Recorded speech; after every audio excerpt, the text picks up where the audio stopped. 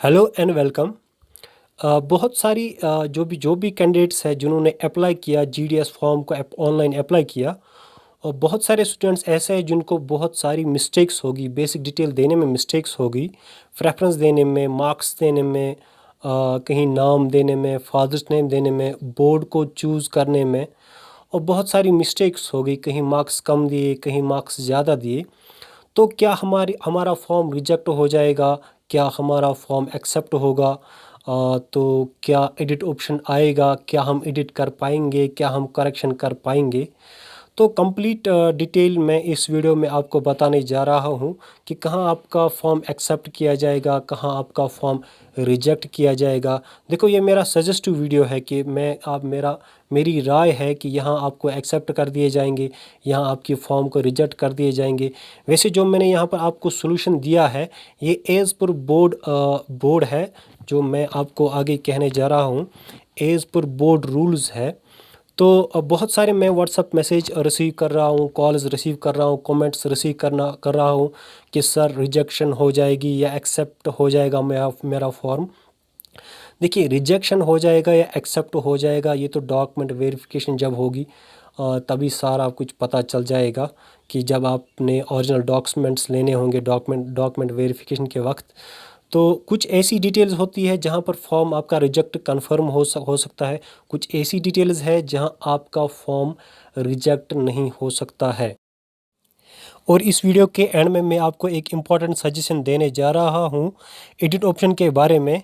और अगर आप मेरे चैनल पे नए हो तो मेरे चैनल को सब्सक्राइब कीजिए और इस वीडियो को लाइक कीजिए और शेयर कीजिए।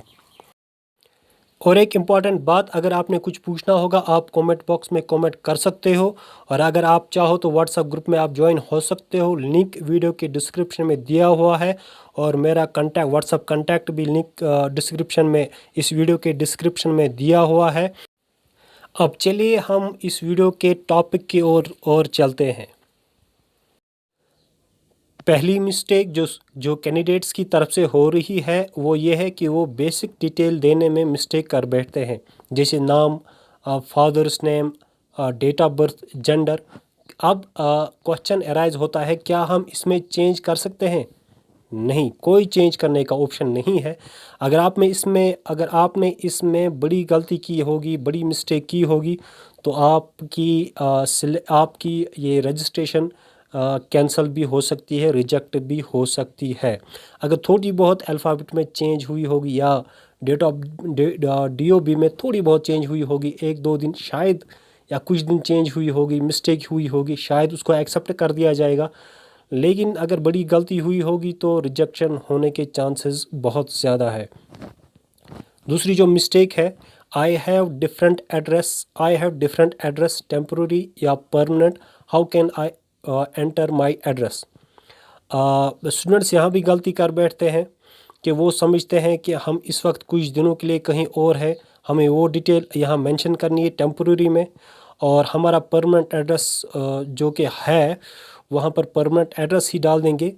आप सुनिए, अगर आप कहीं सालों से कहीं रिजाइड कर रहे हैं, कहीं रह रहे हैं, आपको पता है मैं कुछ और एक साल या कुछ महीने, 6 7 8 महीने, जब तक रिक्रूटमेंट कंप्लीट हो जाए वहाँ वहीं रहना है मुझे, तो कन्फर्म आपने टेम्प्रोरी एड्रेस वहीं देना है। तो अगर आप टेम्प्रोरी ज़्यादा ही कुछ महीनों में या कुछ ही दिनों में आप कहीं रह रहे हो, तो आपको वो टेम्प्रोरी एड्रेस नहीं रखना है, आपको परमानेंट एड्रेस और टेम्प्रोरी एड्रेस फिर सेम रखना है। इस बात को आप समझिए, क्योंकि नीचे यहाँ पर दिया हुआ है, candidate should provide correct address to receive the correspondence from the department. वो है क्या? Letter will be sent to present address. जो आपने प्रेजेंट एड्रेस दिया वहाँ आप लेटर भेज दी जाएगी डिपार्टमेंट की तरफ से। Department will not be responsible for non receipt of communication due to incorrect address given by the candidate. दूसरी बात, अगर आपने कहीं हाउस नंबर या स्ट्रीट नेम में कोई गलती की, टेंशन नहीं है। आपका विलेज सही होना चाहिए, पंचायत सही होना चाहिए, डिस्ट्रिक्ट सही होना चाहिए, और पिन कोड सही होना चाहिए। चलो एक और पॉइंट की तरफ नज़र देखते हैं। While registering I have entered wrong mobile number, can I change my mobile number? नहीं चेंज किया जाएगा। आपको ये मोबाइल नंबर अब तब तक एक्टिव रखना होगा जब तक रिक्रूटमेंट कंप्लीट हो जाए। एक और पॉइंट यहाँ, while registering I have entered wrong email ID, can I change my email ID?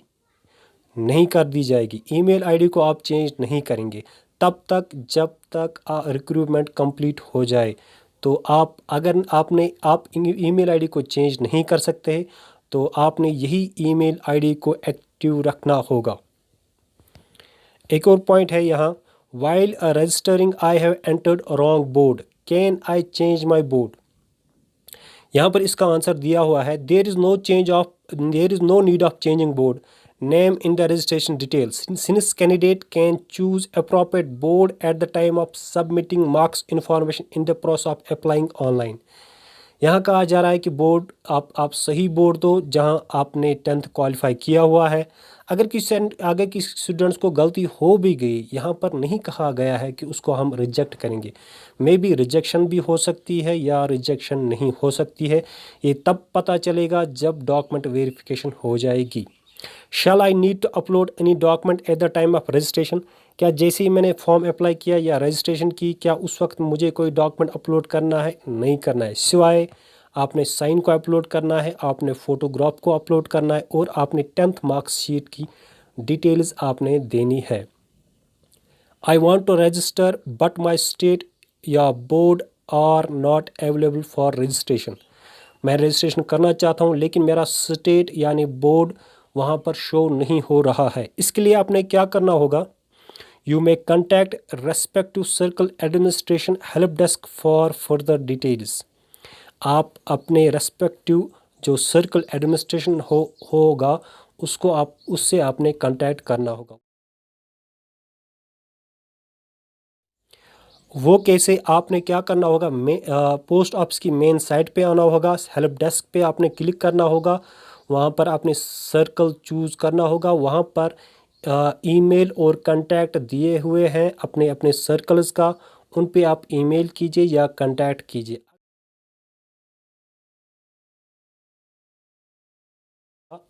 तो उनसे आपने गुजारिश करनी होगी कि इस तरह का इशू है, वो आपके लिए सॉल्यूशन दे सकते हैं और वो ज़रूर देंगे।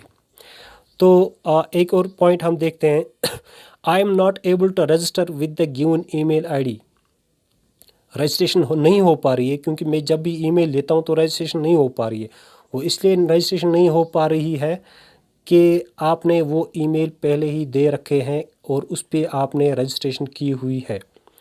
तो ईमेल जो भी आप नई देंगे उस पर ज़रूर रजिस्ट्रेशन हो जाएगी। अगर पहले ही वो ईमेल यूज़ की होगी रजिस्ट्रेशन के लिए, वो दोबारा नहीं इस्तेमाल की जाएगी। और एक और यहाँ पर, I am not able to submit my registration details instead the page is redirected to home page.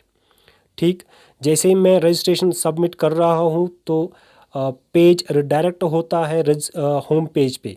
अब इसके लिए आपने कुकीज़ को डिलीट करना होगा, सेव्ड पासवर्ड को डिलीट करना होगा, यानी हिस्ट्री जो आपकी ब्राउज़र की होगी उसको आपने डिलीट करना होगा। आगे चलते हैं, I have paid access fees. Fees तो 100 रुपये है, आपने एक्स्ट्रा फ़ीस गलती से आपने एक्स्ट्रा फ़ीस पेड किया, क्या वो रिफ़ंड हो जाएगा? How can I refund the fee? Refund नहीं होगा, जो आपने फ़ीस दे दी सो दे दी, रिफ़ंड नहीं हो जाएगा। हाँ, एक और बात, अगर किसी ने 100 रुपये फ़ीस अपने डेबिट कार्ड से या और किसी माध्यम से उसने फ़ी को पेड किया तो वहाँ पर रिसिप्ट जनरेट नहीं हुआ तो उसको 72 आवर्स को उसने इंतज़ार करना होगा। विदिन 72 आवर्स में उसको स्टेटस शो हो जाएगा। और अगर अगर उसके पैसे डेबिट हो गए, यानी अगर उसके पैसे डिडक्ट हो गए तो दोबारा उसी रजिस्ट्रेशन नंबर पे फिर से पैसे आप को फ़ीस भरने की ज़रूरत नहीं होगी और ना आप भर सकते हो क्योंकि आप पहले ही फ़ीस पेड कर चुके होते हो। I have made online fee payment but I am not eligible to apply for the GDS post. मैंने रजिस्ट्रेशन की, मैंने फ़ी अप्लाई किया, लेकिन लास्ट में मैंने देखा कि मैं एलिजिबल नहीं हूँ। उसको तो पहले ही देखना चाहिए था कि मैं एलिजिबल हूँ या नहीं हूँ।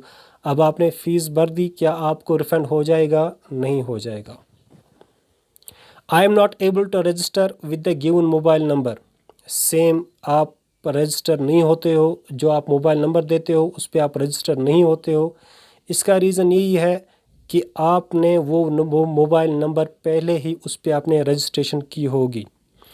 आपने दूसरा मोबाइल नंबर चूज़ करना होगा जिस पे आपने रजिस्ट्रेशन नहीं की होगी। I have registered with correct mobile number but OTPs are not being received to my mobile. मैंने मोबाइल नंबर सही दिया, उस पर मैंने कोई रजिस्ट्रेशन नहीं की है, लेकिन OTP नहीं आ रहा है। ये क्यों नहीं आ रहा है? आपने शायद DND को एक्टिवेट किया होगा, डू नॉट डिस्टर्ब को एक्टिवेट किया होगा। ये एक सर्विस होती है, इसको आप डीएक्टिवेट कराइएगा। कस्टमर केयर को कॉल कीजिए, वो इस आपकी सिम पे आपके नंबर पे डू नॉट डिस्टर्ब सर्विस को डीएक्टिवेट करेगा और फिर आपको ये OTP आप रिसीव करोगे। यहाँ पर I have forgotten my registration number, wire can I get my registration details. मैं रजिस्ट्रेशन नंबर भूल चुका हूँ, मैं कैसे रजिस्ट्रेशन डिटेल को फिर से मैं रजिस्ट्रेशन डिटेल कैसे मुझे मिलेगी? इसके लिए क्या करना होगा? Candidates can get the registration detail through forget registration. वहाँ पर ऑप्शन है कि आप फॉरगेट रजिस्ट्रेशन पे क्लिक कीजिए, फिर वहाँ पर मोबाइल नंबर देना होगा, फिर उस पर OTP आएगा। OTP दे के आपको सारी आपकी रजिस्ट्रेशन डिटेल शो हो जाएगी।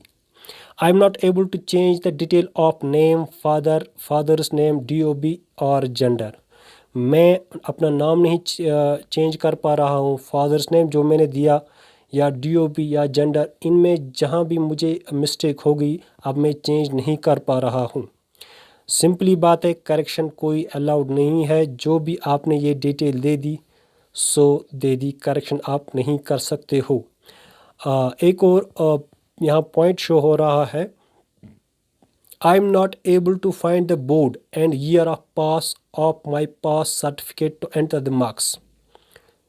तो इसके लिए इन्होंने क्या सोल्यूशन दिया हुआ है? In case of non availability of board और year of pass, the candidate can refer of the same to the respective circle for necessary solution. जो भी आपका जो भी सर्कल आ रहा है उनको आप कांटेक्ट कर सकते हो या ईमेल कर सकते हो। अगर कांटेक्ट नहीं हो पा रहा, ईमेल के ज़रिए आपको रेस्पॉन्स नहीं आ रहा है, तो आपने चल के वहाँ जाना होगा, उनसे सोल्यूशन इसका लेना होगा। और यहाँ whether I need to submit the hard copy of printout taken after submitting the online application to any of the postal authorities। जब मैंने फॉर्म सबमिट किया, कंप्लीट हो गया, तो मैंने ये प्रिंट आउट जो एप्लीकेशन है कहीं स्पीड पोस्ट करना है या कहीं पोस्ट ऑफिस में सबमिट करना है? बिल्कुल नहीं। सिर्फ आपने सबमिट करना है और आपकी परसेंटेज, आपके मार्क्स, आपकी प्रेफरेंस डिपेंड करेगी आपकी सिलेक्शन को। When I have given preference to the post, how would my selection be made? मैंने प्रेफरेंस दे दी, अब मेरी सिलेक्शन किस बुनियाद पे होगी? On what basis I will be selected? मैं किस बेसिस पे सिलेक्ट हो जाऊंगा? सिंपली बात है, इस पे मैंने वीडियो बना रखा है, डिस्क्रिप्शन में वो वीडियो मैं दे चुका हूँ, उस पे मैं क्लियर कर चुका हूँ कि सिलेक्शन किस तरह होगी। तो ये थे पॉइंट्स। एक और पॉइंट ज़रूरी है वो मैं बताना चाहता हूँ कि मार्क्स मिस्टेक जिनको हो रही है, सपोज़ आपने ज़्यादा मार्क्स दिए, आपने ज़्यादा एक्स्ट्रा कुछ मार्क्स दिए, तो आपकी ज़रूर अगर आपने एक्स्ट्रा मार्क्स दिए होंगे तो आपकी एप्लीकेशन ज़रूर रिजेक्ट हो जाएगी। तो जब भी डॉक्यूमेंट वेरिफिकेशन होगी तो आपके मार्क्स एक्चुअल मार्क्स से डिफरेंट होंगे तो आपकी रिजेक्शन होगी। और अगर आपने और कुछ पूछना होगा तो आप कमेंट बॉक्स में कमेंट कर सकते हो। रही बात इम्पॉर्टेंट, जो मैंने आपको बात कही थी कि मैं आपको इम्पॉर्टेंट कोई बात कहने जा रहा हूँ, वो एडिट ऑप्शन के बारे में कि आप रिक्वेस्ट कीजिए, ईमेल कीजिए, इनको कांटेक्ट कीजिए, इंस्टाग्राम पे आप इनको टेक्स्ट कीजिए। बहुत ही इम्पॉर्टेंट है। जब आपकी तरफ से एक बहुत ज़्यादा रिक्वेस्ट्स आएंगी इनको और आपकी तरफ से एक फोर्स आएगा इनको, तो मुमकिन है कि ये एडिट ऑप्शन ज़रूर लाएंगे। ये एक स्टूडेंट की बात नहीं है, बहुत सारे स्टूडेंट्स हैं और इनके कैरियर की बात है। सपोज़ किसी के 98, 99, 97% आई है और उसकी थोड़ी बहुत गलती हो गई है, तो उस गलती की वजह से उसकी रिजेक्शन हो जाएगी। तो ये नहीं होना चाहिए, इसलिए एडिट ऑप्शन का होना बहुत ज़रूरी है। तो आप कमेंट बॉक्स में बाकी कैंडिडेट्स को आप कमेंट बॉक्स में रिक्वेस्ट कर सकते हो कि सारे ईमेल करें और कांटेक्ट करें एक दूसरे को, और आप कहिए, और इंस्टाग्राम पे आप उनको रिक्वेस्ट कीजिए इस रिक्रूटमेंट बॉडी को कि एडिट ऑप्शन लाइएगा ज़रूर। और बाकी इस वीडियो को देखने के लिए बहुत बहुत बहुत शुक्रिया। Thank you.